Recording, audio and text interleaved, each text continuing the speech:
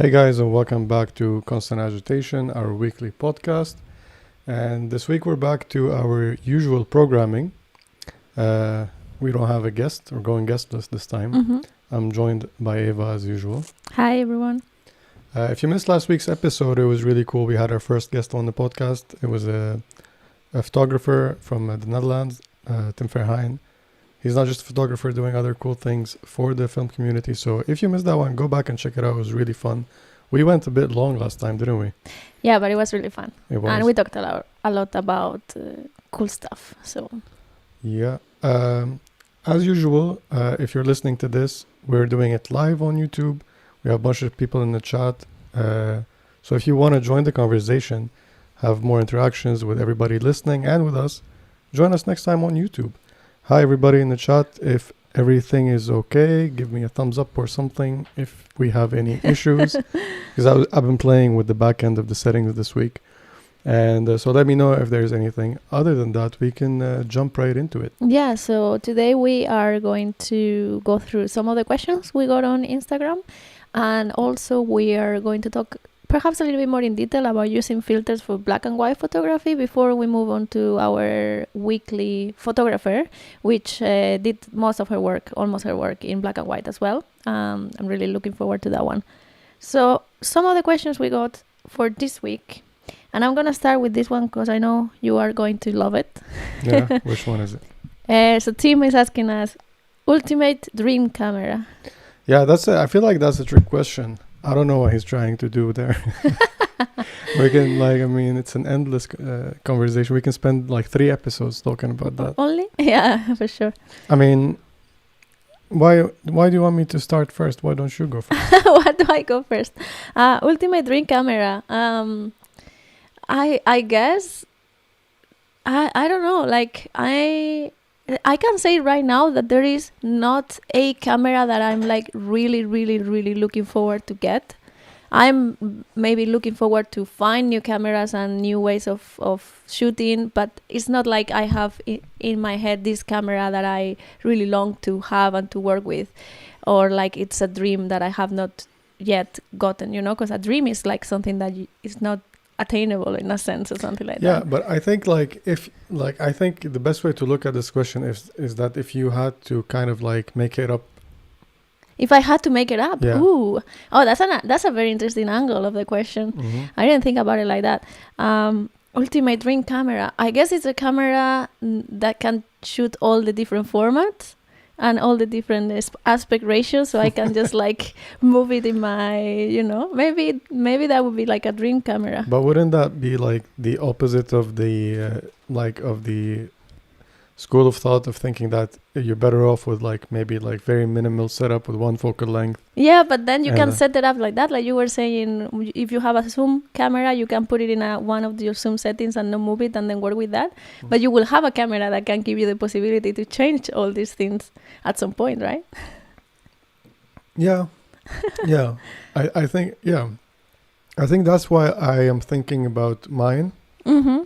Since I looked at that question, and it kind of relates to the question asked as well about can we mention that question? Because yeah, so also ask, ever think about getting a 8x10 camera or using an 8x10 camera? Yes. Big the answer yes. is a big strong yes. I really want an 8x10. And here's the thing. So my dream ultimate camera would be a weather sealed, lightweight, sturdy 8x10. Mm-hmm. And I'm sure my dream camera exists. The only thing is lightweight. Uh-huh. And weather sealed that is missing, because I really would like an 8x10.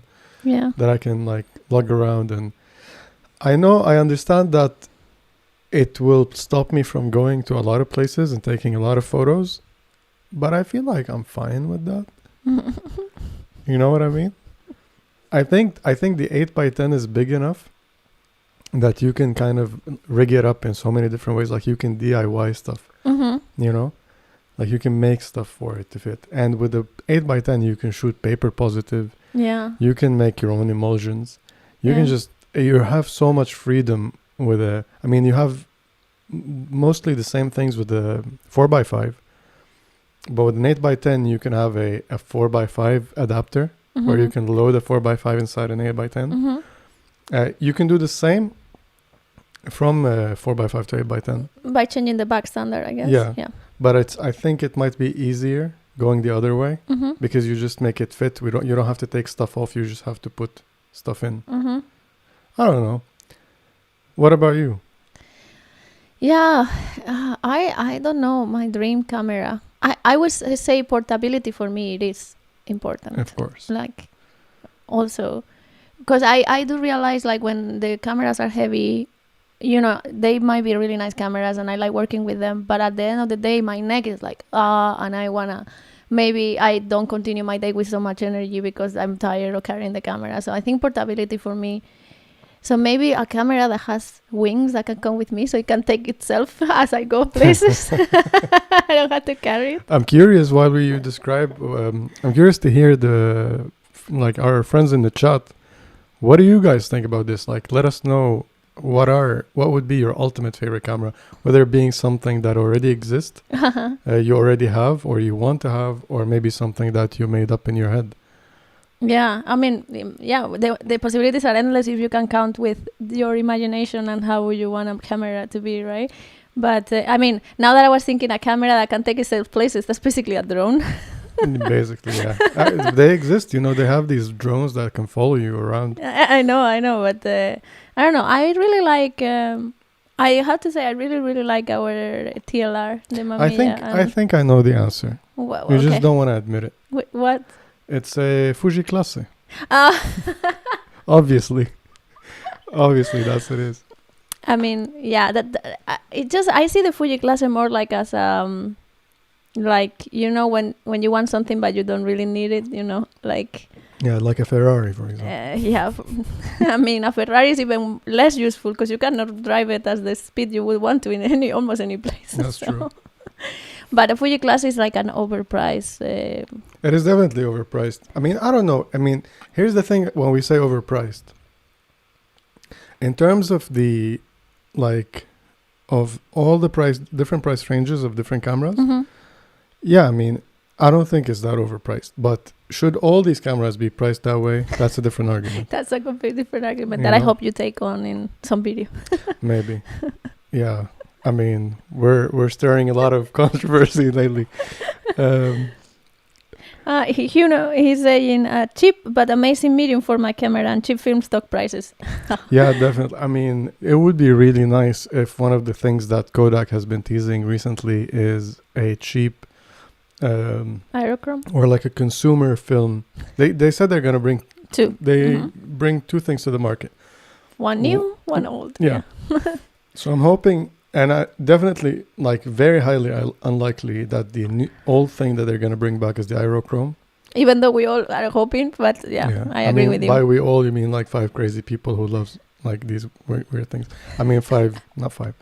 But yes, a small percentage of the crazy people. Exactly. Really want it really bad. I want it really bad. Yeah. But then the other thing I'm hoping for, which actually might be something, is a consumer grade film or like a affordable medium format. That would be really cool. Like if they did something like Pro Image 100 in medium format, that I would really like it. Lovely. And by the way, Pro Image 100, I really like it. You know what's the best thing about it?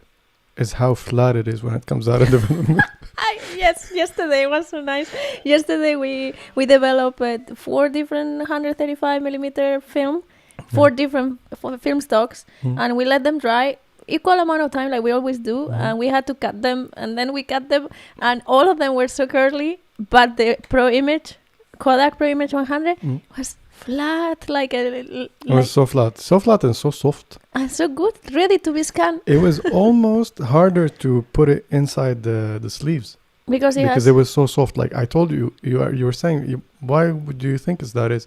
And it definitely felt like a different composition. The emulsion or the back. Yeah. We have another one. For me, it would be a Fuji GSW90, which has the size. Oh, yeah, but the X Pro 2, I mean, yeah. Do you think it's possible? Well, I mean, it has to fit medium Yeah, it has format. to fit the film. I mean, it would be nice if a camera like that would produce images like that. Like camera that size. Yeah. I mean, since we're opening up to imagination. Yeah, of course. Yeah. Somehow. Matisse is getting wants a small, lightweight, slow camera. What do you mean by slow camera? Pinhole?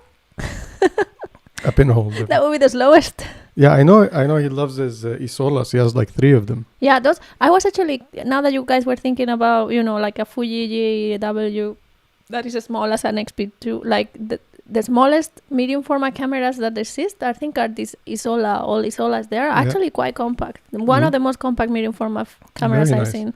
And also you have the older ones, the what are they called? The Tessar and stuff like that. Yeah. It's just that, they're older, you have less settings, and the glass is not that good. No, the glass is probably the best thing about them. Do you think? Yeah, because they have good glass. That's what it is. It's just the box attached to a nice glass lens. We need to try this. Better than Lomo. Sorry. But trigger warning. Yeah. A fast automatic camera in my pocket to replace my phone. Yeah. Dude, you already have those. Yeah.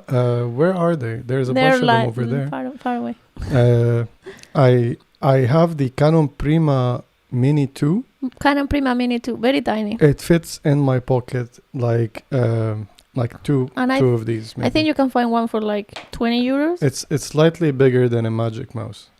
Is this called a Magic Mouse? It's called a Magic Mouse. Yeah. It's slightly bigger than this one. So like the size of a normal mouse, maybe smaller. And it's really nice.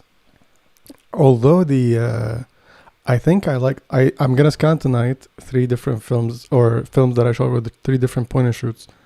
And I'm going to tell you soon what I think about those. They look similar, but I think I might have a favorite. And I want to load them with Ektachrome to be the ultimate test, but Eva's yelling at me and not allowing for that to happen. I don't know. I'm a bit conflicted. I would love to do that test because I want to have like the ultimate scientific, test of using the same film that would be able to tell us how well the camera is metering and use it in 2 different or 3 or 4 or whatever point and shoots. But another part of me is like Ektachrome in a point and shoot just to take. But I mean, I think the photos came out pretty well out of it. I'm talking about. Did I mention which camera? It's the Olympus AF10, which is the cheapest of the bunch, except for the Canon Prima that I got for free. But the Yashica T3, I paid like $30 for it. Yeah, and the Yashica T3 is going for a lot now. Yeah, that one we got in a flea, like not a flea. What do you call it? The one we got here in... Yeah. They were like $5 or something like that. Super cheap. Less than 5, probably. 3 or something. Yeah. The AF? Super cheap. 25 krona. Yeah. And you know what also it does? Mm-hmm. I told you yesterday, it doesn't load when it rolls the film back. Mm-hmm. It leaves the leader outside. So if that's your only camera, you don't need a film retriever. That's true. Yeah. That's well thought so. Super cool. Yeah, I mean, I would also love to see what comes out of that slide test, Matisse, but tell Eva to allow me to do it. You can do whatever you want. Or donate. Don't tell me. Don't tell me. I don't want to see. If you have extra rolls of fresh Ektachrome, send them to me so I can do the test. For these kind of things, I wish we could roll all our own film of all the stocks, so you can roll only 10 pictures of each and then do whatever you want instead of having to use. Yeah. Definitely. Although I have an idea. What if we roll one film, we take 5 photos, we put it back, we take another 5 photos? Yeah, we can definitely. We can do that. That'll be cool. Maybe. We will do. Maybe. Or I have a better idea. What if we bulk load whatever left in the bulk loader into a bunch of canisters, and then we take an Ektachrome in a dark bag, put it in the bulk loader, and split it into a few different canisters. Boom! So smart.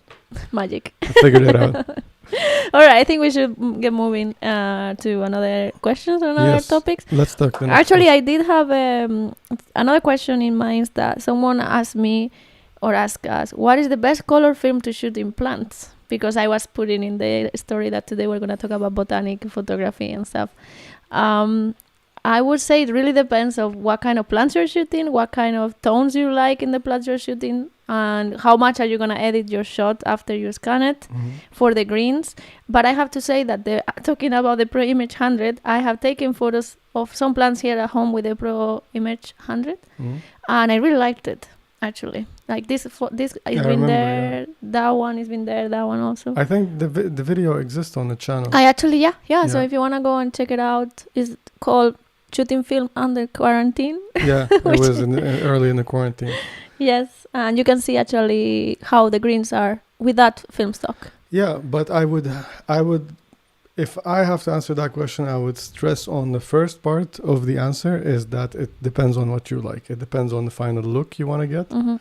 And basically, it's hard to say the final look, like, because the final look depends on however you post-process it. But, the initial part of the post-processing of the look that is going to give you. Like, for example, if you want true to life tones of your plants, don't use Lomochrome Metropolis, for example, because it's a bleach bypass. It's going to give you super desaturated colors. Like, I would say for me, that's not a film to consider it if you are going to take botanical photos, so to speak.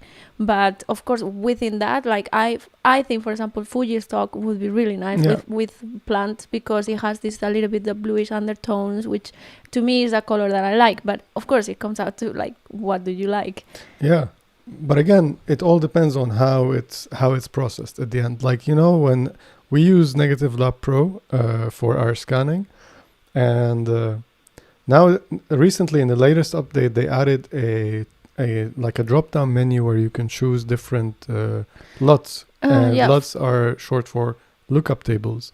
Yeah. And what these things do, the options that you have are different scanners. One of them is Frontier. Pacon, Crystal. There's a Crystal.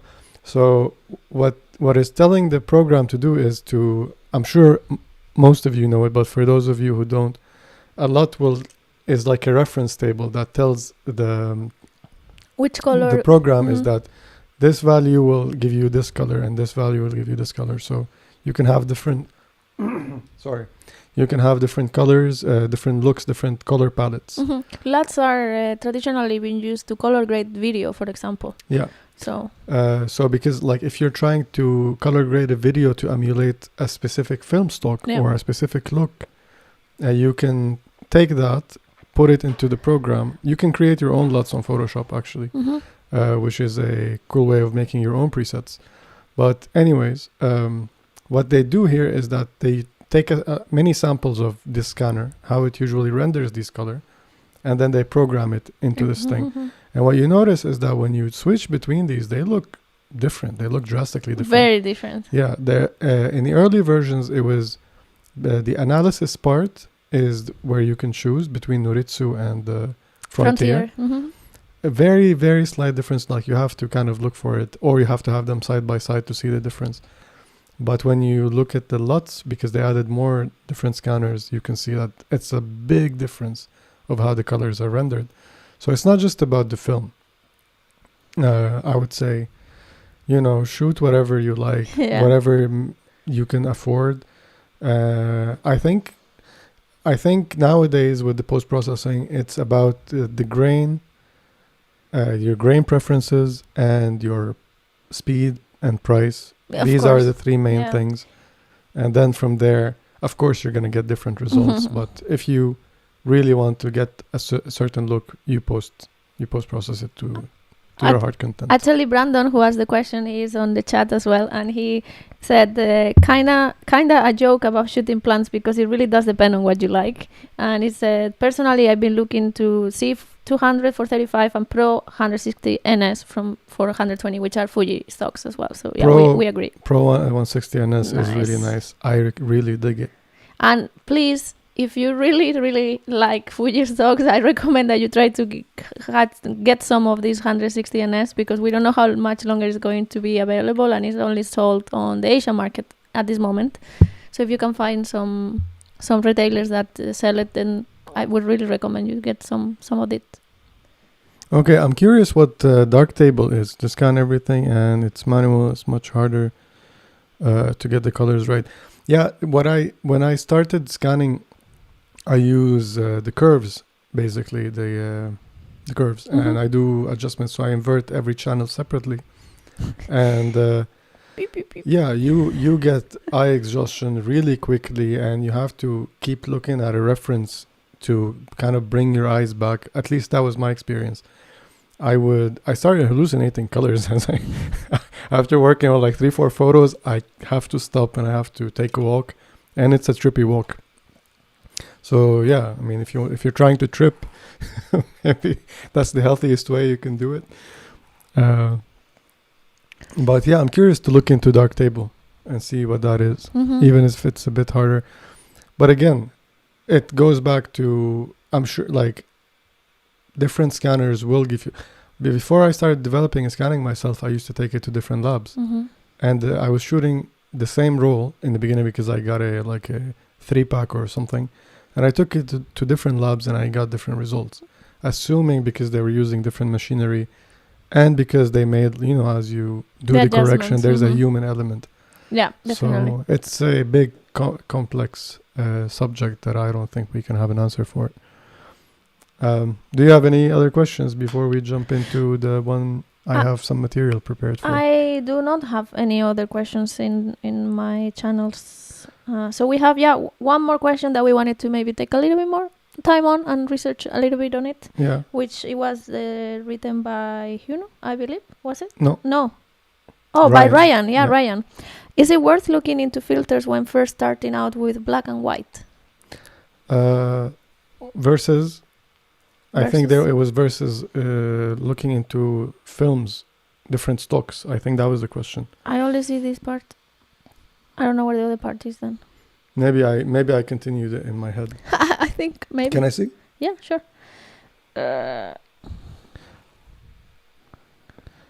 Okay. Maybe I mixed them with something else. Yeah. I mean, why not? If you're starting out with film, there's a lot of options when it comes to black and white. A lot of them do very similar things, and some of them are very different, and then in the middle, the differences are very subtle.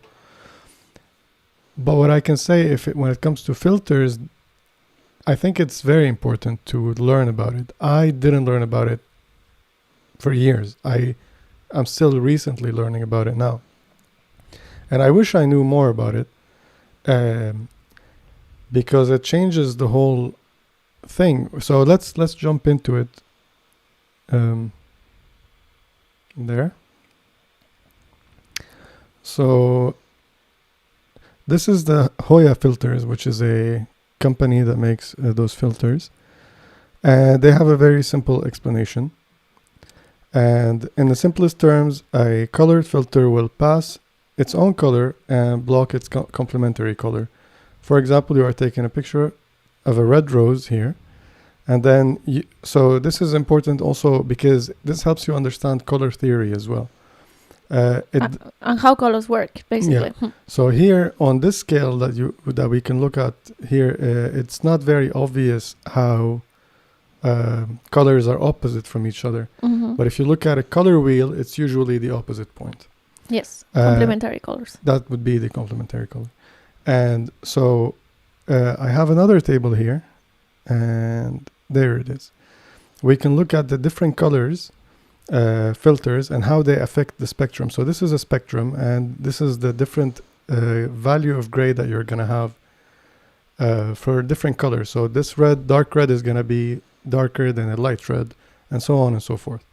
But when you apply a red filter, and the red is going to be white, is going to turn into white. And the opposite color, so here we're looking at spectrum. So this is the red spectrum of this specific filter, or this example filter, because there are different grades. Yeah, different reds for different, because the red is a lot of different reds, of course. Yeah. So how red is that red, and so on. So you can get really deep into it, but the very simple understanding, and I'm not claiming to be an expert, I want to learn more about it. I have very limited experience with this, but I understand the concept. And I think if you want to shoot mainly black and white, it is important to, it's to your benefit to learn about this. It opens up creative choices that you otherwise will not be knowing of. So here again, we look at the blue, for example, and we see that the blue turns to white, and then all the opposite colors turn to black. We go back here, we can see this is the normal image, and this is how it is with no filter. And with an orange filter, yellow, and with the green, we can see that the red turned to black. And if they would have put a green filter, then... And the leaves of the flower they look the lightest among all of them. Yes. Right? They have multiple different examples. So this is, here the main color is blue. So when we put a red filter, which is the opposite as well, like the spectrum kind of is the opposite from blue, you're going to get the darkest sky. Which I think is very, the red filters are used in landscape photography a lot, because you get like these dramatic skies, and then you can get like you can see the clouds pop so much more from the background if you have that kind of thing. So it's good to know how these filters work, what colors you have on your image, and then play with it a bit. Absolutely. Here we have the yellow. We're going to look. Yellow, green, and the opposite would be somewhere in the purple range. And I mean, I think it's kind of hard to see on this one. In the sky, you can see a difference. The sky is going to be, but I'm looking for the strongest difference. I think it might be this area right here. Yeah. And where is the yellow filter? This one. Hard to say. But yes, I think if I knew what I know when I first started learning about black and white, I would have preferred to learn more about it. And back to this explanation, if it's still confusing, it's because, so when they say in simplest terms, a color filter will pass its own color. So remember that a color will pass itself. Yeah, so it's a red filter. It will let the red to go through. Yeah. And block the opposite. So by doing so, this is our grayscale, and this is less light. This is more light. Coming in. Yeah. Yes. And so when it let it pass, it means that it's gonna go towards white, and when it doesn't let it pass, it blocks it. I know I'm simplifying it as much as I can. But I always sometimes I think about it the other way. No, if it blocks, it means it's not passing through, so it's going to be dark. Yeah, because remember last episode we were like, what does it do? A blue filter makes it darker, no lighter? Yeah, true. So it's good to clarify it and make that connection in the mind. Yes. And I think that's the best thing I can answer this question. I wish I can help you more. Yeah, but there's plenty of resources everywhere, and but I think there is a point to learn about filters. And I think you can start experimenting with cheap flash gels. Yeah, and I also think like a lot. My experience is that sometimes people start with analog photography and with black and white, and they start taking photos. And because they like black and white photography a lot, they have like the reference photographers, they like it a lot. And then they start working with it, and they are a bit unsatisfied because they don't get the same results they're seeing. And sometimes it could be down to if you're using a filter with your film stock or not. Like, it's like, why I don't get this kind of skies, or why I don't get these punchy things. It's like, well, maybe it is because of these filters. So don't discard it and really like get into it from the beginning if you can. Yeah. Absolutely. And then with this, we can move on to our photographer of the week. Absolutely. I'm very excited about it. She has done a lot of work on black and white, and especially on... Hold on. Yes. Or we can leave it to the end. Oh, you want... Okay. There's a piece of news, but you probably heard about it. We can leave it to the end. We can go to the news now. No. Let's talk about our lovely photographer. Yes. So we're going to talk about Imogen Cunningham. I hope I'm not butchering the name. I don't know how to pronounce Imogen. I wish I can help you. Yes, I would say Imogen in Spanish or in English. Yeah. If anybody knows how to pronounce it, they can write it in the chat, please. So, because I really don't want to butcher her name. But I wanted to talk about this photographer because I really like one particular section of the work that she did. She worked a lot, and she did a lot of different type of photography, and she was a reference photographer for a really long time, and then kind of her photography dissolved a little bit in the history of photography books, and it's not a lot of being talk about the work that she did, and I think it warrants to go through it. And especially I love her botanicals. She was a photographer all the way up to her death in the 70s. So she started very, very young, like 18 or 19 years old. At the beginning, what I learned is that she worked with more like ethereal and allegory type of photography and a little bit more conceptual photography when she started early on. But then she moved on to much more of a portraiture of the life around her, so to speak. Even though she started with portraits of people, she moved then later to other kind of photography, although I've been reading that it was dearest to her heart always the concept of photographing life and photographing people as well. So I don't think she kind of got lost sight of that part of photography either through her work. So what we're seeing right now, it's I was trying to match whatever you're talking about. Right. With the early work. Yeah. So the website that we're looking through, for anybody that is at home, of course, in the show notes you can check up the website. I'm very happy that there is so much of her work online, which is something we talked about before also. Yeah. It's well organized. I think she was part of building the trust that takes care of her photography and of her many prints that she did in life that are for sale. Then they did also extra prints that are for sale. They take care of bringing her work into museums and curating exhibitions. So I think she was active part of preparing that in the later stage of her career.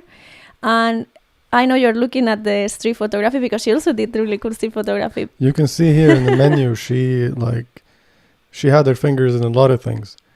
I assume that from one photo that I saw earlier, I think this one would be good. Yeah, this is the photo that I saw earlier. Mm-hmm. Very nice, very beautiful work with shapes and composition, and we love that stuff. I mean, I think she was a very well-run photographer. Also, in some parts of her life, she was teaching photography, and she was part of some more academic groups of photography. She was actually a trained chemist.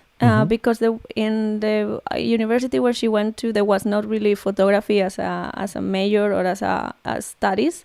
So she was a chemist, and then she moved on to working in the labs of some famous people, and she went to Germany where she actually learned a lot of the more procedures of photography that she later on made part of her workflow. Because she did a lot of platinum prints herself, and so things like that. She also took photos of some famous people, like for example Man Ray. She took photos of Man Ray, and she also took photos of Frida Kahlo, and I'm sure that many other people. She worked on commission for a really long time. She was kind of famous in her time, so I'm not sure why it kind of died off with the years after her death. I liked the collection of botany because it relates to something that we talked before, which is about composition. But to me also, it's a very good example of how we can close down onto looking at something super close and create beautiful images with it. You are seeing here right now a collection of botanicals. She grew up and spent most of her life in the west coast of the U.S. in California, so it's like a dry area. There's a lot of cacti, as you can see, succulents. She was known for photographing these agaves as well. And it's just I really love this one. And it's crazy. I like that they're all dated. Mm-hmm. I mean, by dated, I mean they have the date on them. Yeah. And I'm really... Every time I feel like this is a theme on this show. It is becoming that I'm surprised that these beautiful photos that look very current, kind of, in a way, been taken This is 100 years ago. I know. 101 years ago, these photos were taken. That was in the very, but kind of early time. I really like, it's a great example of how one subject can be so versatile as well, right? Because we always think about like, oh, I wish I could travel to this place to take these photos, and I wish I could like do this here, or I will have the access to these kind of people, and then you have examples like this, which is like, what do you have around you, and how can you focus it to make it beautiful and to make it create an image that it looks like this, Yeah. And it's all she used to say a lot. Well, first she used to say that anything that can be shown with light, I will photograph. Like that means that she will photograph anything. This one, if you look at it from a distance, it can seem like a bunch of dancers wearing like fluffy skirts. That's what I see as well. Walking into like a cave or coming in from there. Yeah. Like in a show, they're coming down from the stairs and coming into the stage. Yes. It's crazy. It shows you how much perception changed with composition and how close or far away you are from things, right? Absolutely. And I'm sure now talking about filters, because this is botany, there are a lot of different colors in botanical structures and in plants and in flowers that she use filters to work to create different place of the shadows and of the lights in the photos. Look at that, the color, that one in the bottom right. Oh. It's just so beautiful to just like a photo of a flower. But to appreciate the different tonality that can fall in a specific place. Because we like the way we experience the world, and this is something I think about the whole time. We talked about it before, is that we take so much in. Like we see the world that have like there's so much things happening. Like now I'm looking at you, I'm focusing at you to talk to you, but like look at the wall behind you. Look how many things there are there. It's crazy. And when you step outside or when you have a bunch of plotted plants, it takes slowing down and looking around you and just appreciating how the light is falling. And you can find this is like I think anybody can benefit from like slowing down and thinking about this, because even if you're trying to take a big landscape photo, but if you can do it with a flower, you'll probably do a better job with a bigger landscape. That's what I was thinking. I don't know if I phrased it as well as I thought it. Yeah, I mean, I think what you also are trying to say is that by learning to see the details in the things that we have every day with us, which we take for granted, for so to speak, and we don't really pay attention to, that allows you to learn a skill that you can apply then later when you go out and you are in a new landscape and you're going to take a photo of a place you've never been, because you kind of train your mind to see these nuances, these little details, these that are more than the sum up of everything, basically. And then you can use that to your advantage in your photography or in whatever documentary work you want to do or artistic work you want to do, of course, as well, I think. So what I also find interesting about Imogen's work and these botanicals photographs are an example of, it has to do with the photography movement and the type of discussions and conversations that were happening about photography back then. We were talking today about it, you and I, Jimmy, because things haven't changed much from then to now. It's been 100 years. And this kind of photography in the late 1900s, early 20th century was a type of photography that maybe wasn't that popular, because what I learned is that when photography came into place, or became a thing, basically, it was a tool that wasn't really considered an art. It was more like a tool, like we read that painters were using photograph to take photos of their subjects, so they would have a reference of how the model was posing for the painting and things like that. So it was.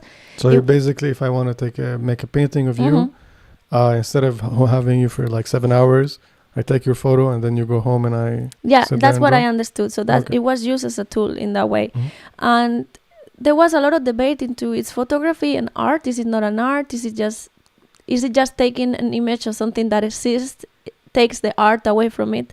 So at the late 1900s and beginning of the 19th century, there was this movement called pictorialism, which was a movement of photography that wanted to make images that were more than just taking a photo of something.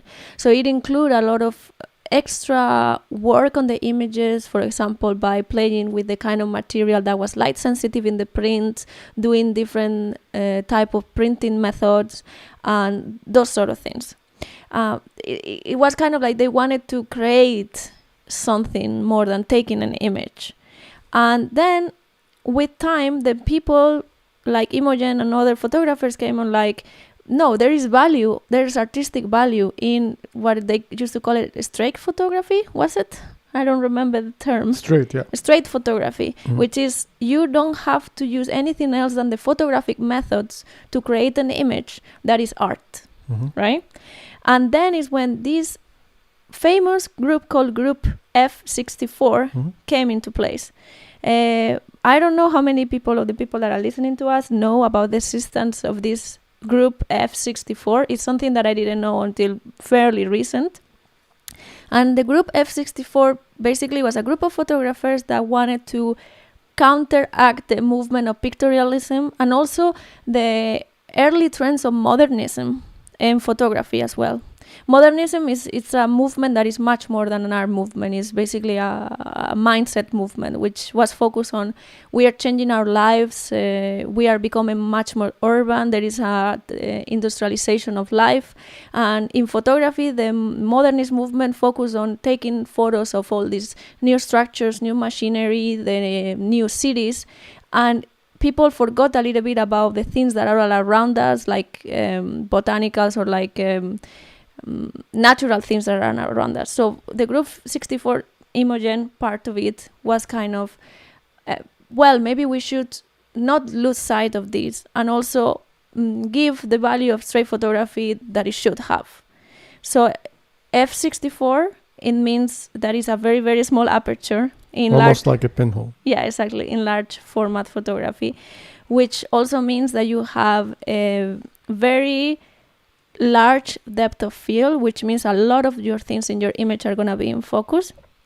And also because it's so small, generally you need longer exposure times, which means that an F64 allows you to take better photos of things that are not moving, like would be things that you have around you in your life, like plants and so on and so forth. So there is these two things of taking photos that have a large depth of field, which have a lot of things in focus, and then also slow down photography in a sense. Mm-hmm. In juxtaposition of pictorialism, which has very soft focus, very extra influences from painting and other arts, and also modernism, which is focusing on the fast-paced life and things that are changing, industrialism and machinery. So the group 64 was kind of trying to highlight that there is art also in these things that are not so popular in the moment. Now I stop. Yeah. I mean, I don't think we're taking any sides here in terms of like straight photography or the F64 movement or the pictorialism. We're not necessarily saying that because we're featuring Imogen and she's part of that movement.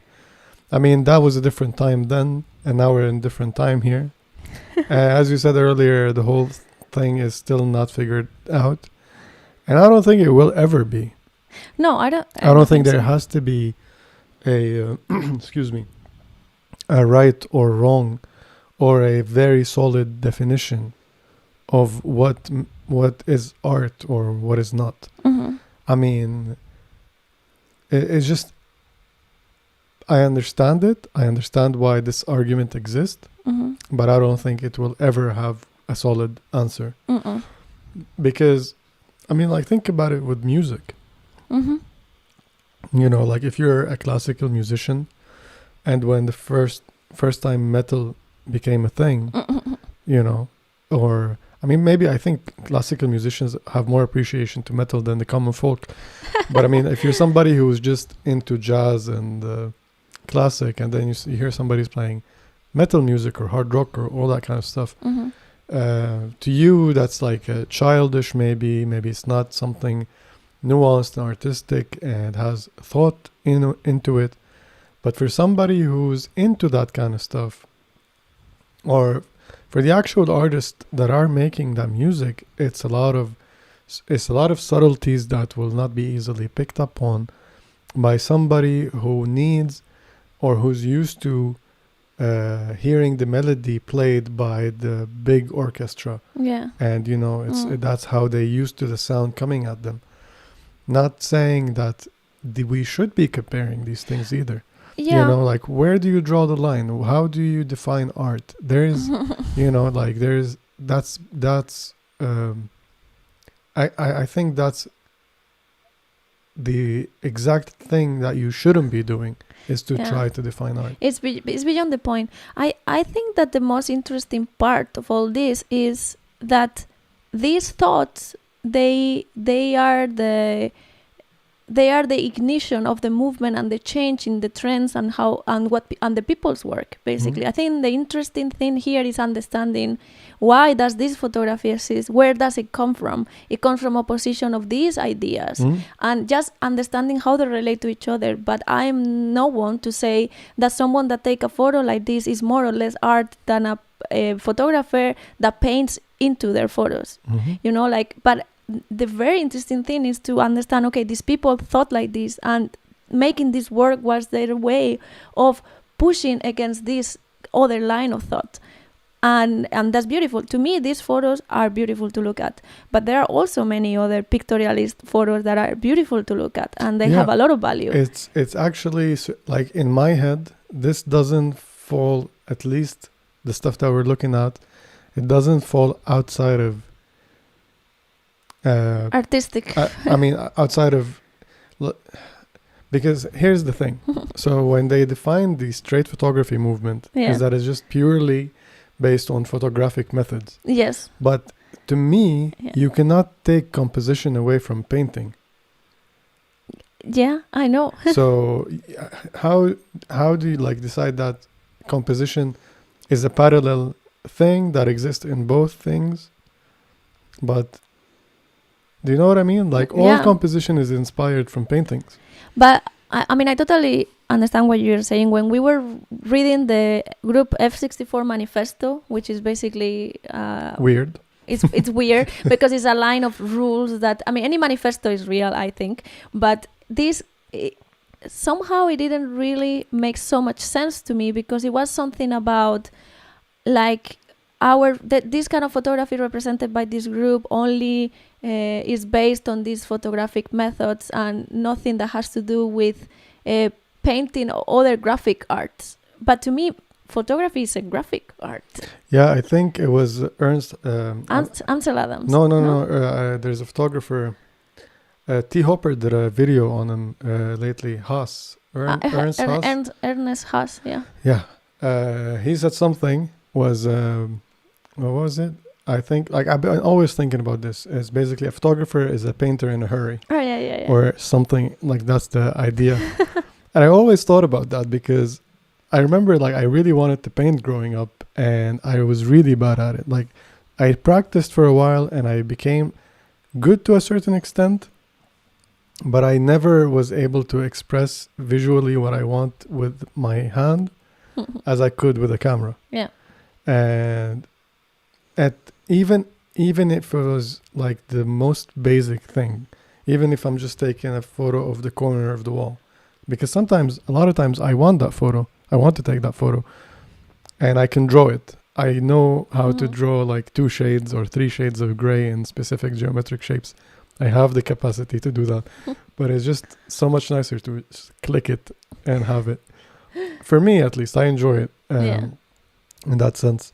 But then the possibilities that you can also have, it, you know, like, you can take that small example and then just, you know, expand it in possibilities of making a painting or taking a photograph, and what all the crazy things that you can do with, especially with once you start playing with different things that I don't feel like they're very popular in the mainstream photography.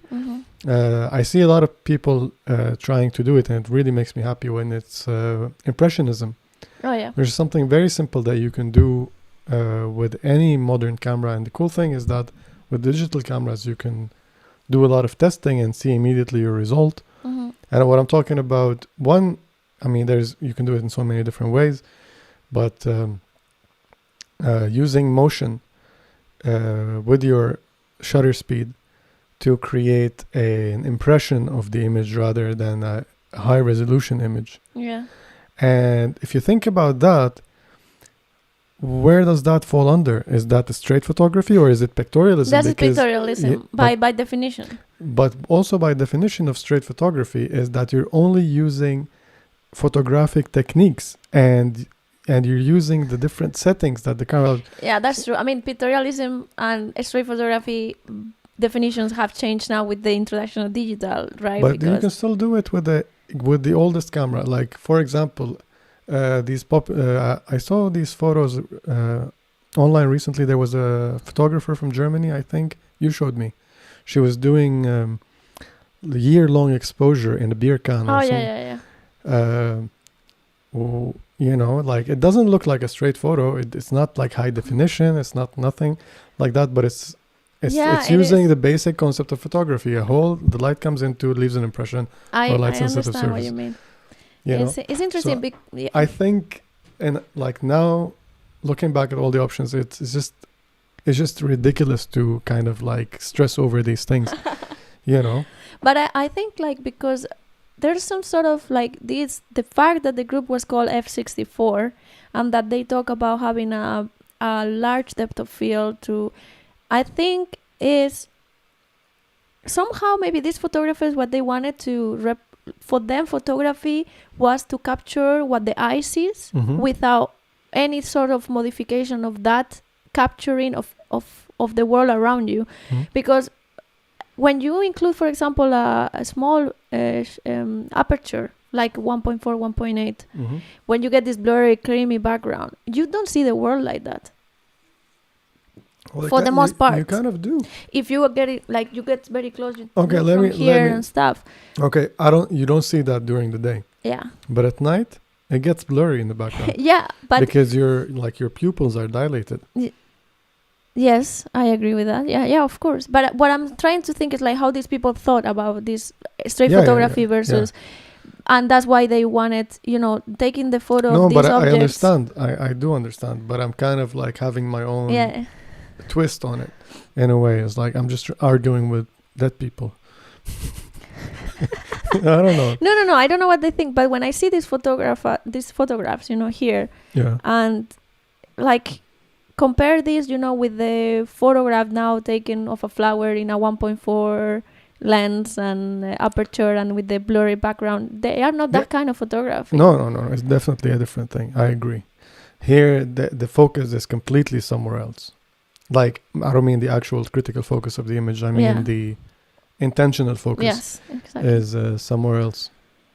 And I think that's also part of what they were, thinking when they were talking about straight photography versus other sort of photographs, so to speak.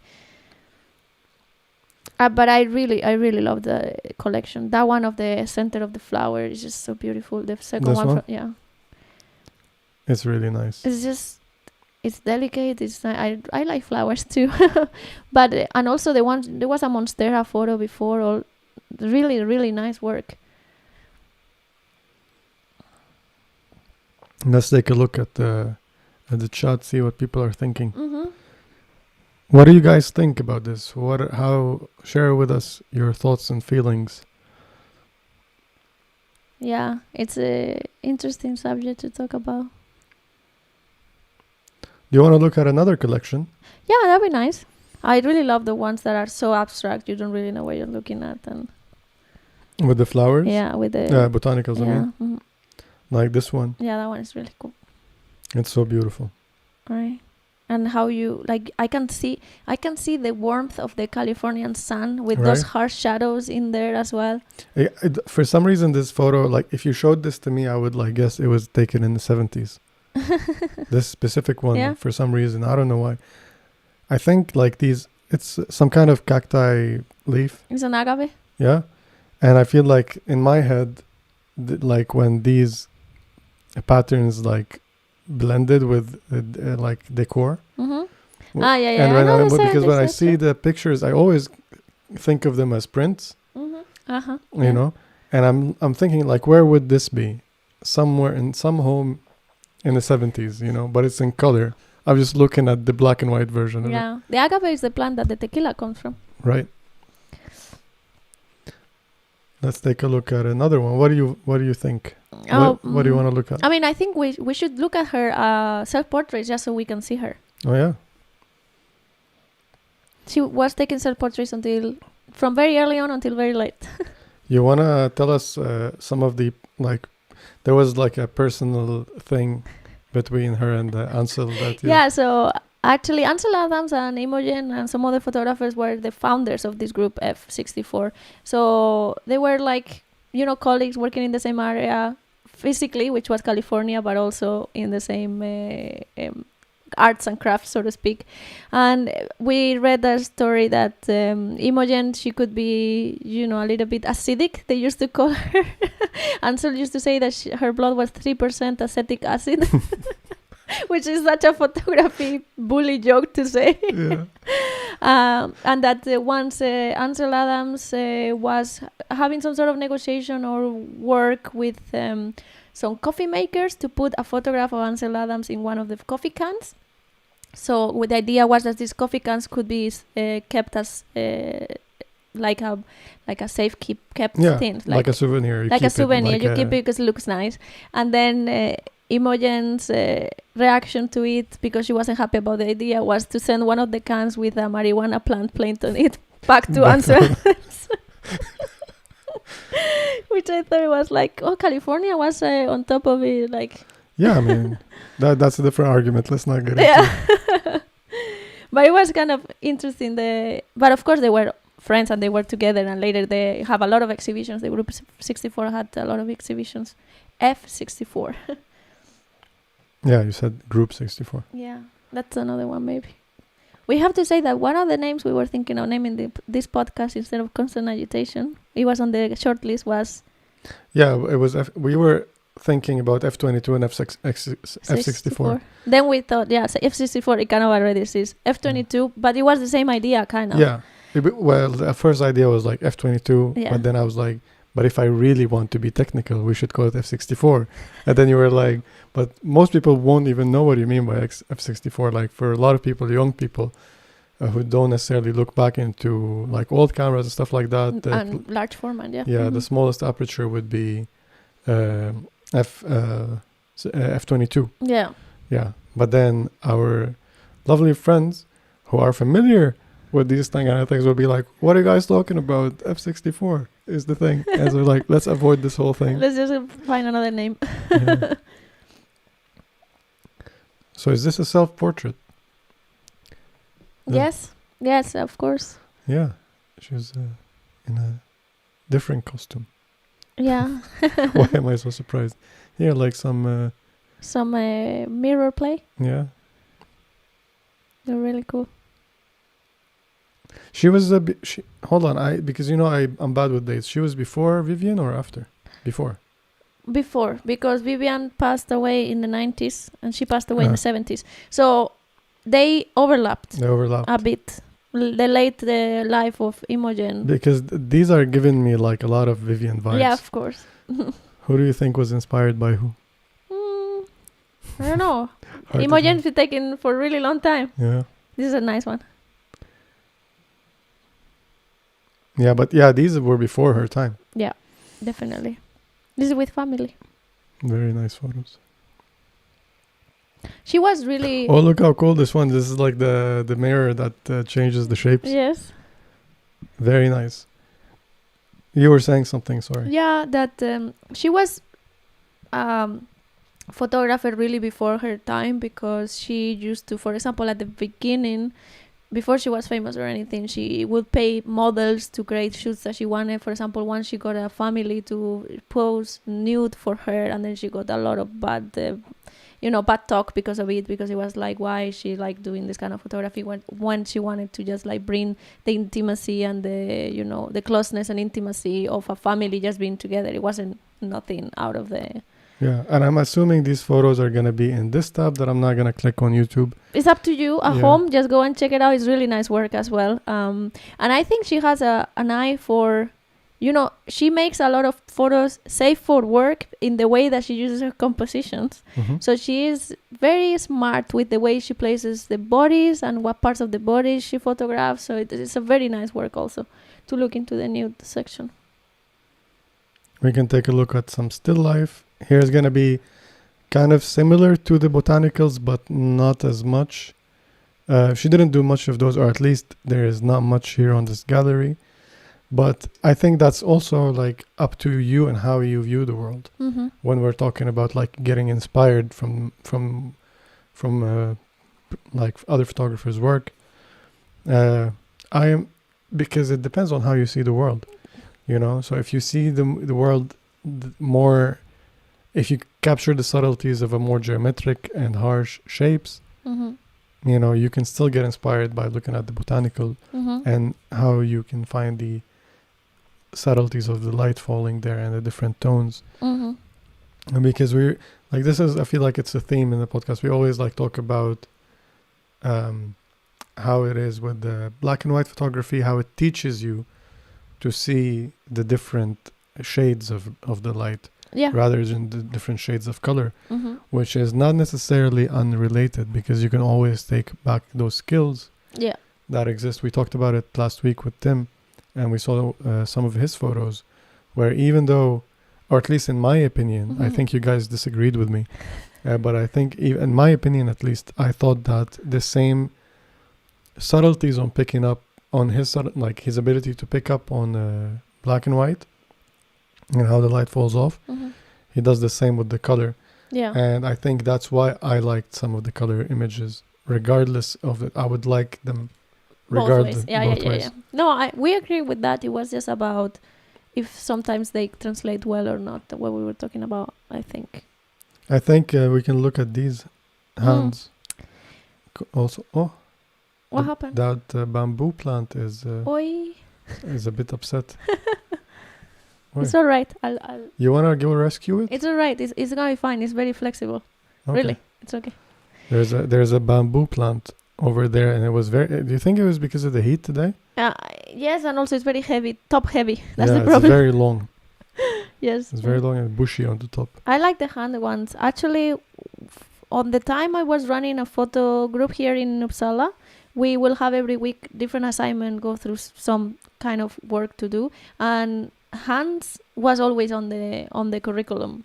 Like one day when we only photograph hands, because hands are very good to work with shapes and with creating shadows if you have some different lights as well. And of course, I think a lot of artists focus on hands, both painters and photographers, when photographing and when creating pieces, because they're very expressive as well. Yeah, I don't see any examples here. I was hoping for, but I mean, I think you can definitely mix botanicals with hands in a way. There's the one in the right. This one right here. Now you can do a lot of cool things with that.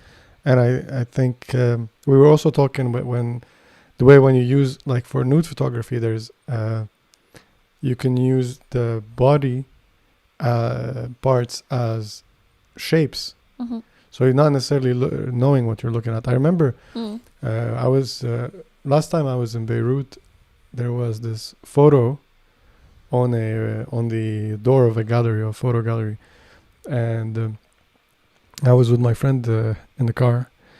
I was driving him home, and he asked me to take a specific road, and then we got somewhere, and he asked me to stop the car and to get out. So we stopped the car and got out, and he walked to the door of the gallery, and he's like, "Look at this," and here's this picture. He wanted to stop by so he can show me that picture. Yeah, so we looked at it and he was like, "What is this?" I was like, "I don't know." I was still like shocked. I didn't know that he just wanted to stand there and look. I was like, "I don't know either, but like I thought you might have some ideas." And then okay, I figured out what he wanted. And we stood there for like 20 minutes Looking at it. looking at it, and we're still unsure what that photo was. And it was There was no so it way was a of- body part? Yeah. For sure. Yeah. We can see skin. We know it was skin, but we don't know where it comes from. From which place of the body. Because I think it was different textures of skin, and nothing made sense, basically. Mm. But it was like such a beautiful photo and such an intriguing photo. It was a beautiful composition as well. Very nice Cool. tonality. It was a color image. Uh-huh. Nice. I remember that day. That's a cool story. Yeah. Well, maybe one day you will find that photo again somewhere and get to know what it is. Yeah. Hopefully.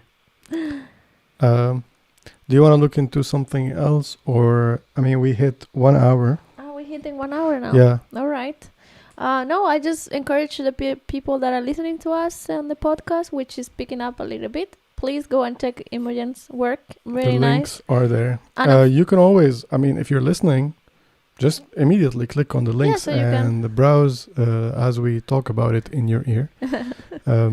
I'm sure you'll do a better job of me scrolling here, because sometimes I talk and I forget to click stuff. No, but it's good to. I think it's important to know about this kind of work, and also just understand why did it exist. Also, kind of in the world of photography, where does it fall?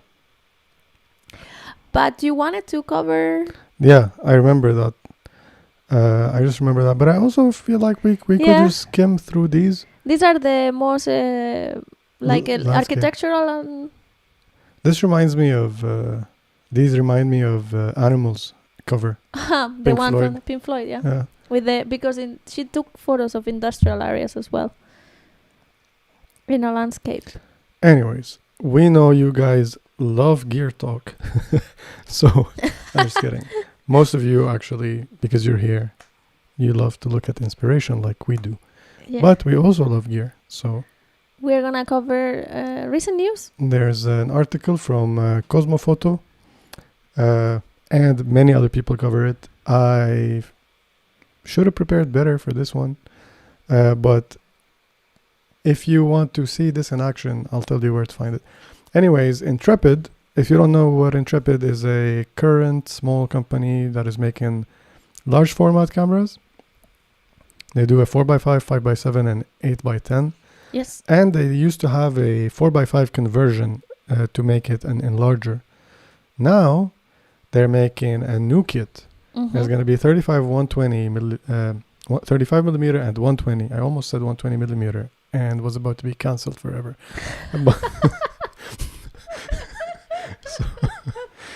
So yeah, they're making a new enlarger. It's going to start any day now on Kickstarter. And this one is really cool. I was thinking about the Intrepid 4x5 and the fact that it can be an enlarger. So that way it's like you have you have the camera and the enlarger, and you don't have to have two different things. Mm-hmm. But also I wasn't so excited about getting a 4x5 or an Intrepid. Because you want an 8x10. Yeah.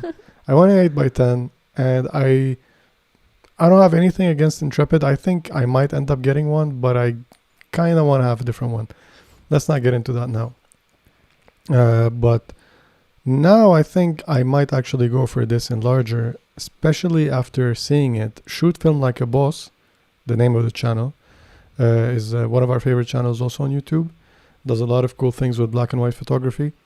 So if you're interested in learning about that and you don't know that channel, go check it out. Mm-hmm. And tell them we sent you, by the way. That'd be great. Yeah. I mean, we love to spread the things that we like. Yeah. But you don't have to tell them we sent you. What was I saying? He did a video on this. He got an early, what do you say, like beta version or like an early production one? Prototype, yeah. Yeah, prototype, thank you. It seems really cool. It comes with like, with an LED light source. Unlike other... Which are the best because they're super even. Very nice light. So they're going to be probably using a really good panel that's not going to give you uneven light. With the traditional one, if you're somebody who's used to traditional gear when it comes to printing, you might not like that so much. But, if you think about it, it's actually not bad. And I think the cool thing about it, did I tell you one of the cool things? Because it can be used as a scanning kit as well. Oh, that's a very good add-on. Because what it does, basically, it's a panel with the light.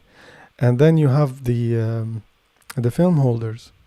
Yeah, to put the film when you want to project. To load it in the enlarger. But you can invert it the other way. Yeah, you can just put it on top of the light source and take a photo with the DSLR. So this is a 2-in-1. We talked about, I think, earlier in the previous episode, the Sunray one that is on the Cinestil website. It's gonna be it's gonna be a very similar thing that is gonna mask your negative. And this one is gonna be up to 6x7 here, it says on this Instagram post, but I think I'm not sure, I think they might have changed it to up to 6x9.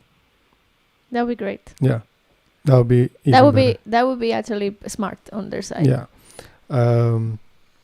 So for most people who shoot, most people are shooting 35 and 120.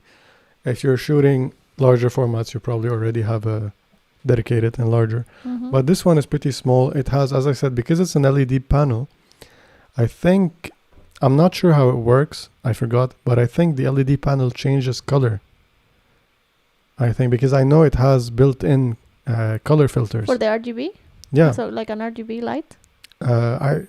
So it changes the color and it emits through the film rather than having the... Am I making this completely up? I might be. Max Prince, blah, blah, blah, tribal copy, 2021. So March, we are there. Marco here is commenting. I saw a review of the prototype on the channel Doing Film Things, and it looks very space efficient. Yes, it looks very small. And with the built-in filters and timer. Oh yeah, the timer. That's a cool one. Yeah, because a lot of these second-hand ones, they might either come without a timer and then you have to buy the timer separately, or you have to buy a separate timer. I was talking to somebody today, and they got one, and the timer was broken. Oi. But it's not cheap. Of course. Wait. I mean, it's not free. This price right here is for the previous one that I was talking about, the conversion kit. So I think if you have the 4x5 camera, you can turn it into an enlarger with this kit. Yeah, which is basically the light and the timer. Yeah, it's the same thing. It's an LED panel, and here you can load your 4x5 image. And they make those masks in also different sizes. So you can have it different 120 sizes, and here you can see. These are the 120 ones. I think this is 35, 6x... Yeah, 6x9, 6x7, 6x6. Yeah. So these are the... Not 35 then. They do have it. It's right there. This is a 35 one. Oh, that's... Okay. So this is also something that exists, if you didn't know about it before. This one has to have the... you need the body for it. Yeah, so you have to have an Intrepid camera in order to use it. That's the difference, kind of. Yeah. Let me see. Do they say anything about color here? Color. Oh, did I click in the wrong place? Command F? I am clicking Command F. It's in the bottom. You can't see it. Yeah, it doesn't exist. Sorry about that frog that lives inside my computer. It's cute. But it should be up soon, so keep on the lookout if this is something you're interested in. And as Marco said, there's Doing Film Things have posted something. I saw the one by Shoot Film Like a Boss. Check them out. It's very cool. Support it. I don't think it's gonna be that expensive. And it would be a good option if you want to get into printing and having all these different masks. Because I feel like when you get a second hand and you get an old one, sometimes it ends up being more expensive because you have to get things from separate places. Things might not work properly. So This has the advantage that you just basically get all on one, and you are sure it's gonna be working. You have support in case some things are not working, and it's good. Yeah. Anything else we should say before we go? Oh, anything else? No, what's coming up? The spring is coming up. Yeah. The days are getting much longer. At some point, this podcast is gonna be done fully on daylight, which is gonna be crazy. Yeah. Today when we set up the whole thing, it was still light in here. Yeah, it's like we went in blind. We didn't even know like how the cameras are gonna look. Yeah, we had to change all the white balance settings and everything. Yeah, and we were kind of guessing because we didn't like we set these things up and then we set things here, so we don't really fiddle with them anymore after we turn them on. So it's like So yeah, actually in the end of March we changed the time as well, like the daylight saving times to 1 hour. So with that is even gonna be more light. Yeah, that's true. Which means that much more time to photograph. Does everybody change the daylight saving? Not everybody. So the difference between different time zones sometimes get larger or smaller depending on the time of the year. Mm-hmm. So some people change, some people don't change. Who doesn't change? I don't know right now. There were debates that we would stop doing it in Europe also. Uh-huh. But they haven't gotten anywhere. Yeah, I don't like it. I'm already confused enough. They just add confusion to like, yeah. I always have this memory because I will ask my dad, what time is it? And he would answer the same as yesterday at this time. And then I will always wait in the year for the day that it was the daylight saving change because that day that doesn't apply. So silly. But yeah, that means more daylight, more times to photograph, and also means more temperature, so we can be out shooting more. So I'm really looking forward to the spring. Yeah, I'm excited about that because then we can actually make more videos. Show more videos around what we have to do besides making videos. I have some ideas, things I want to do as well. Yeah, it's gonna be great. I'm almost done with that. I'm making progress on the consumer film. I think Brian is gonna be very happy to hear. Right? I hope it comes out good, but yeah, it's coming soon. I might drop one before, just because it's sunny outside. Yes. Yeah. This weekend is gonna be sunny, I think. Yeah, but you're so busy, and I kind of need your help filming this one. Yeah. I'm busy, very busy with work. Yeah. But it's getting better, and Easter is coming, and Easter is a whole week of holidays, so it's gonna be nice. If you can make the time to go down with, but then I have to go back to my place to develop. I can do it next week, but I just need you to like shoot a full roll of the same image. All right, that I can do it. Yeah. You can do it? Of course. Cool. I guess. All right. If she does it, then we'll have a video pretty soon. All right. Thank you guys for joining us. Huno is saying excited, and Sherry is also saying finally. So it's coming. People just hold on with us. The spring is coming, light is coming, videos are coming. Yeah, and it's warming up. Actually, not so much. Like today, was it what, -3? It's sunny, all in the head. It was sunny, but -3 Celsius. I don't know what that is in Fahrenheit, but it's cold. Yeah, it is cold. Yeah, 20 degrees. Ice forms at 0 Celsius. Yeah. All right. Thank you guys for watching. Yes. And being with us as usual. If it's your first time, we hope you like it. If it's not your first time, bring your friends next time. Yeah. And as always, if you want to get in touch with us, all the socials and the email address are in the links in the description. Yes. And so as all the other materials we talk about. Yeah. Thank you for being here with us. See you next week. Have 6 a beautiful p.m. week. Friday. Bye. Bye-bye.